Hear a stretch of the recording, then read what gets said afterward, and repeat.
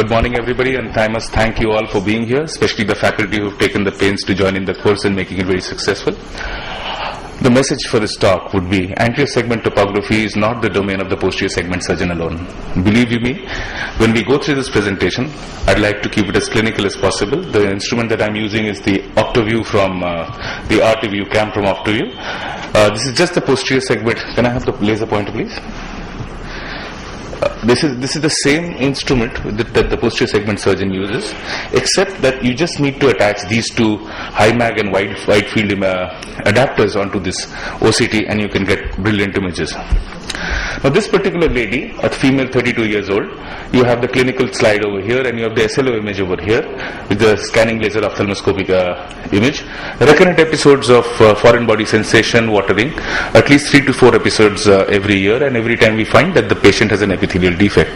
The cornea looks absolutely pristine and normal, and each time we apply a BCL, we know what it is, heart of heart, we know what it is, but how do we explain to the patient? Each time we apply a BCL and the epithelial defect just heals.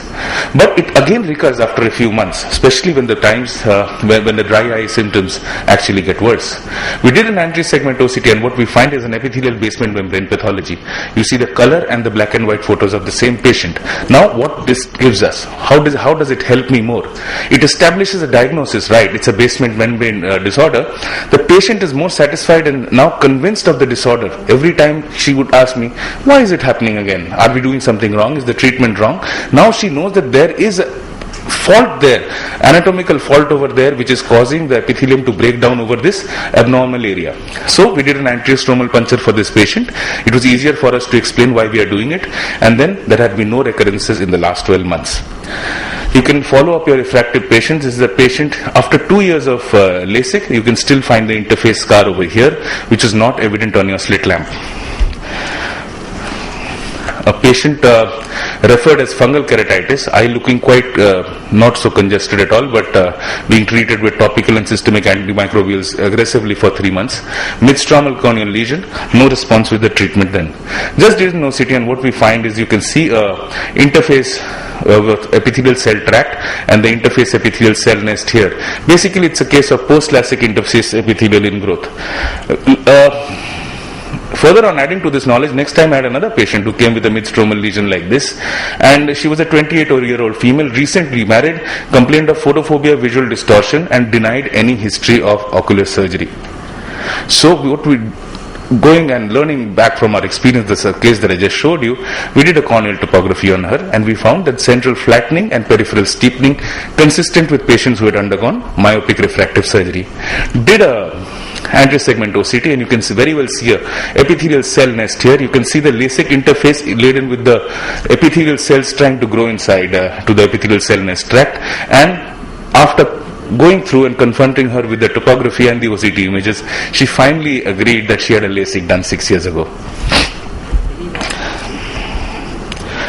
A patient dissatisfied after LASIK, complaining of glare.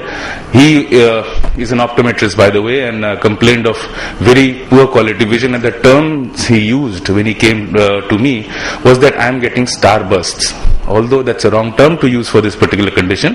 So what on slit lamp we saw these fine lines over here, and when we did an OCT in an area over here, we find that there's a flap edge gap around 303 microns. That means the apposition has not been very good and the flap striae are resulting because of that. So we just lifted the flap, deepithelized, ironed it out, put in a suture also, and after a 4 weeks period we find this good apposition, the flap striae has disappeared and the patient was happy. So the tool has been very helpful to me in picking up the condition, showing it to the patient themselves that where the fault lies and what we want to do, and then they understand and they cooperate with you in terms of following up on treatment. Can we have a little silence, please? Thank you. Patient of post RK, very unhappy after radial keratotomy done quite a few years ago, and the procedure was done twice because the patient was still undercorrected. So just for academic reasons did a OCT on this patient, and we find that the depth is usually at around 60%. And we know that this depth should have been around 90%, 90 to 95% depth for the treatment to be effective.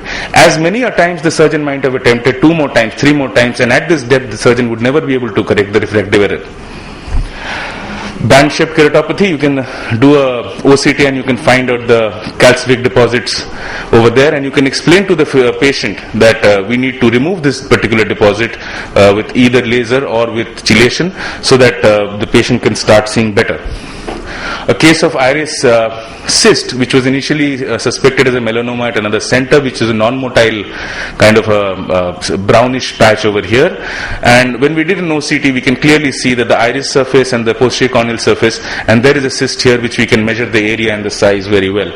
Works very well for us to explain to the patient, as well as the patient gets more convinced, by the way. Case of blunt trauma, you see that patient over here, and the CT scan is for an area of nearly 12 o'clock, and we can easily see that the subluxated crystalline lens, the Schlemm's canal is distorted, and there's vitreous in the AC. So this helps explain the prognosis to the patient. It now helps me plan my surgery, that the lens is really subluxated. I need to go in prepared of what to do and what not to do and what to expect in these situations, and it helps me understand as well as make the patient understand that there is a risk of secondary glaucoma, and that because of the Schlemm's canal distortion, then the risk of retinal detachment also in these cases. So OCT has been really helpful to me in my day-to-day practice. A case of forceps-induced birth trauma, you see these vertical parallel lines. Just for academic interest, I have documented them. There's a Descemet's tear at birth because of forceps, and there's a deep stromal scar associated with this tear. Case referred for corneal transplantation. You can see there's dense corneal edema with vascularization inside. You see the corneal edema to be about 1240 microns, and below that cornea, which is not visible on a slit lamp, what we find, there's a iridolenticular pupillary membrane, and the chamber is absolutely flat. So we know how to approach this case, and we won't be in for surprises. A case of bullous keratopathy, you see the epithelial bullae, epithelial edema, as well as thickened cornea. You can measure the cornea very well with this device. Descemet's membrane detachment, something that none of us would like to see. This is a case post-trabeculectomy. You can see a Descemet's detachment immediately after trabeculectomy. So this media, since the media is clear, it can be seen on slit lamp and very easily managed if caught early. But what about a phacoemulsification you had done the previous day, which was completely uneventful, and the media is hazy after the when you open the patch or and you're clueless because you can't see anything behind.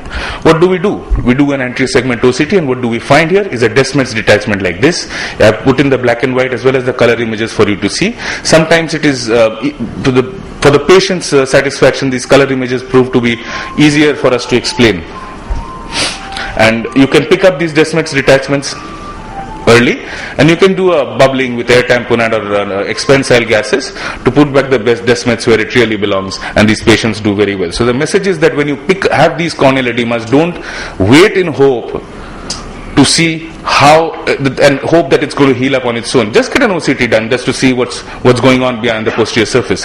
Another case of Descemet's detachment, but unfortunately you see here that the Descemet's membrane has been torn and rolled up. So these are cases that are not amenable to bubbling, and they hold a very poor prognosis. Case of post-phacoemulsification after 2 months, referred as a phaco wound burn, just did a Descemet's OCT, and you find a localized Descemet's detachment over there. Put in an air bubble, and the patient was absolutely fine within a week's time. Granular dystrophy. See the variations and see how it guides us towards the management. A case of superficial deposits in granular dystrophy. Plan excimer laser PTK, and that patient should be fine. Mid-stromal deposits, deep anterior lamellar keratoplasty.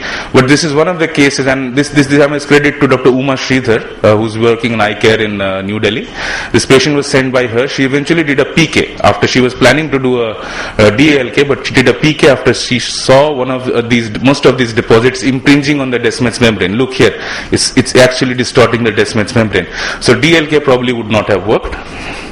A case of Ferrara ring that I had done, and just for academic reasons, I documented it on the OCT. I did it with a femtosecond laser, so you can see the laser tracks here on the cornea, and you can see the Ferrara rings very well placed inside the eye.